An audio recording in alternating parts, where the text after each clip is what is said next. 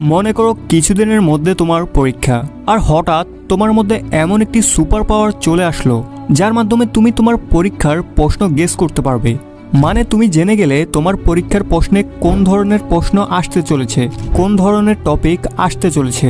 শুনে মনে হচ্ছে না কোনো মুভির কাহিনী, কিন্তু না, এটা কোনো মুভির কাহিনী না। এটা করা আসলেই সম্ভব। আর এটা আমি বলছি না, এটা টপারদের কথা। তারা বলে আমরা পরীক্ষার আগে এমন কিছু হ্যাক ইউজ করেছি যার মাধ্যমে আমাদের পরীক্ষায় এত ভালো মার্ক এসেছে। তো চলো জানা যাক এক্সামকে কি আসলে হ্যাক করা যায়, আর গেলে কিভাবে। যদি তুমি এটি ভেবে এই ভিডিওতে ক্লিক করো যে আজ আমি তোমাকে জাদু শিখিয়ে দেব, আজ আমি তোমার প্রশ্ন লিক করে দেব, অথবা এমন কিছু করব যার মাধ্যমে তুমি তোমার প্রশ্ন লিক করতে পারবে, মানে তোমার প্রশ্ন গেস করতে পারবে, তাহলে এটা তোমার ভুল ধারণা। কিন্তু হ্যাঁ, এমন কিছু বৈজ্ঞানিক প্রক্রিয়া আছে যার সাহায্যে তুমি তোমার সামনের পরীক্ষার প্রশ্নে গুরুত্বপূর্ণ টপিক গেস করতে পারবে। এটা আমি বলছি না, এটা টপারদের কথা। যেমন আমরা একটা উদাহরণ দিই, ইউপিএসসি টপার যার র্যাঙ্ক 1, সে তার প্রত্যেক ইন্টারভিউতে বলে আমি আমার পরীক্ষার কিছুদিন আগে এমন কিছু বৈজ্ঞানিক প্রক্রিয়া ফলো করেছি যার সাহায্যে আমি আমার প্রশ্নে গুরুত্বপূর্ণ টপিক আগে থেকেই গেস করতে পেরেছি। শুধু গুরুত্বপূর্ণ টপিক না, এর সাথে আমি আরও হ্যাক ফলো করেছি যার মাধ্যমে আমি আমার এই পরীক্ষায় র্যাঙ্ক 1 অর্জন করেছি। প্রথম কথা হচ্ছে, আমি জানি তোমার পরীক্ষা খুব কাছে। কমেন্ট করে জানাও তোমার পরীক্ষার আর কতদিন বাকি আছে। তো চলো মূল ভিডিও শুরু করি। প্রথম প্রসেস হলো গেস ইম্পর্টেন্ট টপিক। ওই ইউপিএস টপারের মতে আমাদের জানা দরকার ইম্পর্টেন্ট টপিক কোনগুলো, আর এটাকে বলে 80-20 রুলস, যেটা সম্পর্কে আমি এই চ্যানেলে অনেকবার বলেছি। আমি আবার সংক্ষেপে এক্সপ্লেন করছি এই 80-20 রুলস কি। 80-20 রুলসের মতে যে কোনো পরীক্ষায়, যে কোনো, সেটাতে যে সিলেবাস থাকে তার 20% সিলেবাস এমন হয় যার থেকে 80% প্রশ্ন আসে। মানে 20 ভাগ সিলেবাস থেকে তুমি 80 ভাগ মার্ক নিয়ে আসতে পারবে। এখন প্রশ্ন হলো এই 20 ভাগ সিলেবাস কিভাবে খুঁজে বের করব, কোন নিয়ম ফলো করব যেটা ওই টপার ফলো করেছিল। ওই টপারের মতে এর প্রথম নিয়মটি হলো বন্ধুদের সাহায্য নেওয়া, মানে আস্ক ইউর ফ্রেন্ড অথবা আস্ক ইউর সিনিয়র। তোমার যে সিনিয়র ভাই বা বোন রয়েছে যারা আগে এই পরীক্ষা দিয়েছে অথবা তোমার থেকে এক ক্লাস উপরে, তো তোমাকে সে খুব ভালো করে বলতে পারবে কোন কোন টপিক গুরুত্বপূর্ণ। অনেকের সমস্যা হলো বন্ধুরা সাহায্য করে না, সিনিয়ররা সাহায্য করে না। তাহলে তোমাকে বলছি, শুনো, আমরা আজকের দিনে অনলাইন দুনিয়ায় জীবনযাপন করছি, টেকনোলজির দুনিয়ায় বসবাস করছি। এই টেকনোলজির সাহায্যে তুমি তোমার গুরুত্বপূর্ণ টপিক নিজে খুঁজতে পারবে। কিভাবে খুঁজবে? তুমি একটি শব্দ শুনেছ, চ্যাট জিপিটি। তুমি গুগলে চ্যাট জিপিটি সার্চ দিয়ে দেখো, এটি একটি এআই। এর মাধ্যমে আরামসে তুমি তোমার গুরুত্বপূর্ণ টপিক গেস করতে পারবে। ফর এক্সাম্পল, মনে করো আমি ক্লাস 10-এর স্টুডেন্ট, আমার লাইফ প্রসেস নামে এই চ্যাপ্টারের গুরুত্বপূর্ণ টপিক দরকার। তাহলে আমি চ্যাট জিপিটিতে গিয়ে লিখব tell me the most important topic of life process class 10। এরপর আমার কাছে সকল ইম্পর্টেন্ট টপিকের লিস্ট চলে আসবে। এর পরের নিয়ম হলো PYQ, মানে প্রিভিয়াস ইয়ার কোশ্চেন। এই পদ্ধতি বছরের পর বছর ধরে চলে আসছে। মনে করো তুমি এসএসসি পরীক্ষার প্রস্তুতি নিচ্ছ, তো তোমাকে প্রিভিয়াস ইয়ার প্রশ্ন খুঁজে বের করতে হবে। তোমাকে দেখতে হবে ওই চ্যাপ্টারের কোন জায়গা থেকে প্রশ্ন বারবার রিপিট হচ্ছে, আর সেগুলো তোমাকে লিখতে হবে। যদি তুমি শুধু সেগুলো পড়ো তাহলেও তুমি 80% মার্ক তুলতে পারবে। এছাড়াও একটি লাস্ট হ্যাক দিচ্ছি যেটা আমার ফেভারিট, তা হচ্ছে বইয়ের মধ্যে বেশি ডিটেলসে যা থাকবে। মানে তুমি একটি বই পড়ছো, যে কোনো বই হতে পারে, এনসিটিভি হোক বা যে কোনো, সেটাতে যেই টপিক ডিটেলসে এক্সপ্লেন করা হয়েছে ধরে নেবে সেটা খুবই গুরুত্বপূর্ণ। তোমার যে কোনো ধরনের পরীক্ষা হোক, তোমাকে শুধু ইম্পর্টেন্ট টপিকের লিস্ট বানাতে হবে।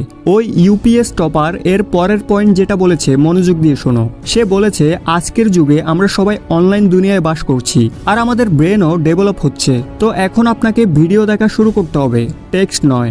আগের যুগে যখন অনলাইনে কিছু ছিল না, তখন আমরা বইয়ের মাধ্যমে পড়তাম। বই থেকে পড়া একটু কঠিন, এতে তোমার ব্রেন তাড়াতাড়ি বোর হয়ে যায়। কারণ তুমি প্রথমে পড়বে, এরপর বোঝার চেষ্টা করবে, তারপর মনে করার চেষ্টা করবে। এতে তোমার অনেক এনার্জি ইউজ হয় আর তোমার ব্রেন তাড়াতাড়ি মনে করতে পারে না। এখন ভিডিওর যুগ চলে এসেছে। এই ভিডিওর প্রসেস খুব সহজ আর এটা বৈজ্ঞানিকভাবে প্রমাণিত।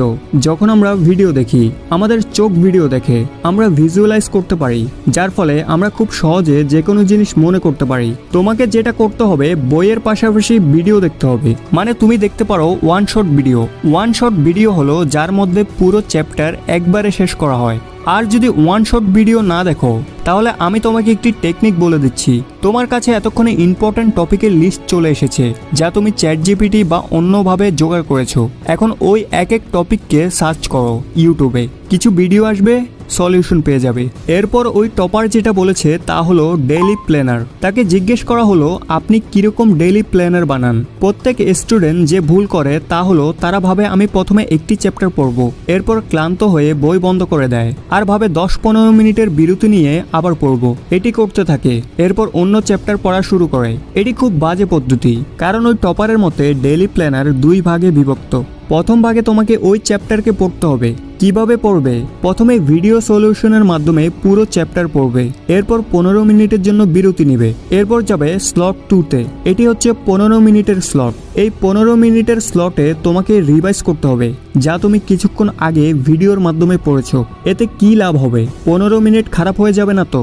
তোমার 15 মিনিট খারাপ হবে না, এটা খুব গুরুত্বপূর্ণ, কারণ এই টেকনিকের মাধ্যমে তোমার লং টার্ম মেমোরির মধ্যে সব রিটেন হবে। মানে এখন আর তোমাকে সবকিছু মনে করতে হবে না। আমরা ভুল যেটা করি, একটা চ্যাপ্টার পড়ি, বিরতি নিই, দ্বিতীয়টা পড়ি, আবার বিরতি নিই, এরপর আবার পড়ি, আবার ব্রেক। এখন পরীক্ষা হলো পরের দিন, কিছু মনে নেই। মনে এজন্য নেই কারণ সবকিছু তোমার শর্ট টাইম মেমোরিতে ছিল, কিন্তু লং টার্ম মেমোরিতে নেই। লং টার্ম মেমোরিতে নেওয়ার জন্য এই প্রসেসকে ফলো করো। এটা সত্যি কাজ করে লাস্ট মুহূর্তে। এর মাধ্যমে সত্যি তুমি তোমার এক্সামকে হ্যাক করতে পারবে। এখন অনেক স্টুডেন্ট আছে যারা এমন পরীক্ষা দেয় যেখানে অনেক লিখতে হয়, অন্যদিকে কিছু এমন স্টুডেন্টও আছে যারা এমন এক্সাম দেয় যেখানে এমসিকিউ দিতে হয়। তবে বেশিরভাগ স্টুডেন্ট এমন পরীক্ষা দেয় যেখানে এমসিকিউ এবং অ্যান্সার রাইটিং দুটোই রয়েছে। আমি তোমাকে কিছু হ্যাক বলে দিচ্ছি অ্যান্সার রাইটিং এবং এমসিকিউর জন্য, কারণ ওই ইউপিএস টপার ইন্টারভিউতে বলেছিল আপনি কতটা পড়ে যাচ্ছেন সেটা গুরুত্বপূর্ণ নয়, আপনি আপনার উত্তর কিভাবে লিখে আসছেন ওটা গুরুত্বপূর্ণ। আর হ্যাঁ, এমসিকিউর জন্য কিছু টিপস অ্যান্ড ট্রিক্স রয়েছে যার মাধ্যমে তুমি সহজে এমসিকিউ গেস করতে পারো। প্রথমে কথা বলা যাক অ্যান্সার রাইটিং সম্পর্কে। এখানে দুটি হাতের লেখা দেখতে পাচ্ছ। ধরো এটা হলো অ্যান্সার নাম্বার 1। একজন শিক্ষার্থী এখানে অ্যান্সার দিয়েছে। তোমার কেমন লাগছে? কিছু বুঝতে পারছো? কেন বুঝতে পারছো না? কারণ হাতের লেখা খারাপ। আচ্ছা, হাতের লেখাকে সাইডে রাখি। দেখতে পাচ্ছ স্পেস অনেক কম লেখার মাঝখানে। অন্যদিকে এই স্টুডেন্টের লেখা দেখো, সবকিছু পরিষ্কার বোঝা যাচ্ছে, লেখা ভালো। এছাড়াও গুরুত্বপূর্ণ পয়েন্টকে আন্ডারলাইন করা হয়েছে, লেখার মধ্যে গ্যাপ রয়েছে। একজন শিক্ষক যখন দুটি খাতা চেক করবে তখন দ্বিতীয় খাতায় 5 থেকে 10 নাম্বার বেশি দিবে, কারণ এই খাতার কপি চেক করা অনেক সহজ। এই স্টুডেন্ট কোনো না কোনো মেথড তো ফলো করেছে। মেথডগুলো হলো মেথড নাম্বার 1 গ্যাপ, প্রত্যেক অ্যান্সারের মাঝখানে গ্যাপ বানাও। মেথড নাম্বার 2 পয়েন্ট দিয়ে অ্যান্সার লিখো। ওই স্টুডেন্ট পুরো প্যারাগ্রাফ আকারে অ্যান্সার লিখেছে। প্যারাগ্রাফ চেক করা অনেক কঠিন। যখন আমরা পয়েন্টের মাধ্যমে অ্যান্সার লিখি তখন খুব সহজ হয়ে যায় খাতা চেক করা। Point number 3 underline keyword. এখানে দেখো গুরুত্বপূর্ণ ওয়ার্ডকে আন্ডারলাইন করা হয়েছে। যখন টিচার এসে চেক করবে ইম্পর্টেন্ট ওয়ার্ড দেখবে, টিক দিয়ে চলে যাবে। অন্যদিকে যে আন্ডারলাইন করেনি তার পুরো অ্যান্সার পড়তে হবে। আর যখন পুরো অ্যান্সার পড়বে তখন বিভিন্ন ভুল ধরা পড়বে। ভুল ধরা পড়া মানে নাম্বার কম পাবে। এগুলো হলো হ্যাক যা হয়তো তোমাকে স্কুল কলেজে বলা হয় না। এটা তো ছিল অ্যান্সার রাইটিং। এখন আসা যাক এমসিকিউতে।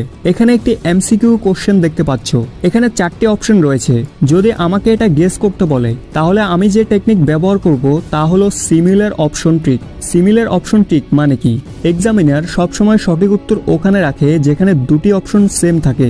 দেখো 10, 2, 3, 51। কোন দুটি অপশন অনেক কাছাকাছি? 2 and 3। মানে গ্যারান্টি এই প্রশ্নের উত্তর 2 অথবা 3। তো এই দুটির মধ্যে যেটা তোমার সঠিক মনে হয় সেটা লিখতে পারো।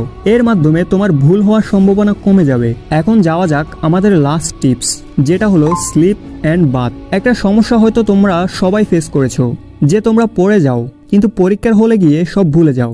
এরকম মনে হয় সব তো পড়ে এসেছি, মনেও ছিল, এখন কেন মনে আসছে না? কি হলো হঠাৎ? ব্রেনে প্রেশার দিতে থাকো, এরপর প্যানিক হয়ে যাও। এই সমস্যা কেন হয় জানো? কারণ আমাদের মনে হয় আমরা সুপার হিউম্যান। আমরা পরীক্ষার একদিন আগে 10-12 ঘন্টা পড়তে থাকি, ঘুমের খবর নেই, পড়তে হবে, পাশ করতে হবে। এটা এক ধরনের বোকামি। তুমি সুপার হিউম্যান না, ঘুমের প্রয়োজন আছে।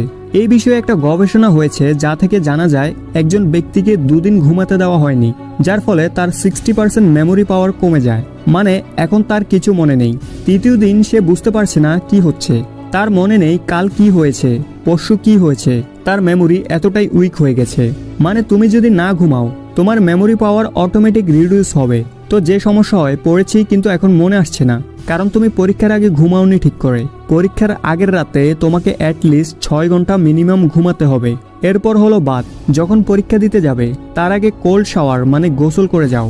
এটা আমি কেন বলছি, যখন আমরা গোসল করি তখন আমাদের ব্রেন সেল অ্যাক্টিভ হয়, আর ব্রেন সেল অ্যাক্টিভ হলে পরীক্ষার হলে অ্যান্সার ভালোভাবে লিখতে পারবে।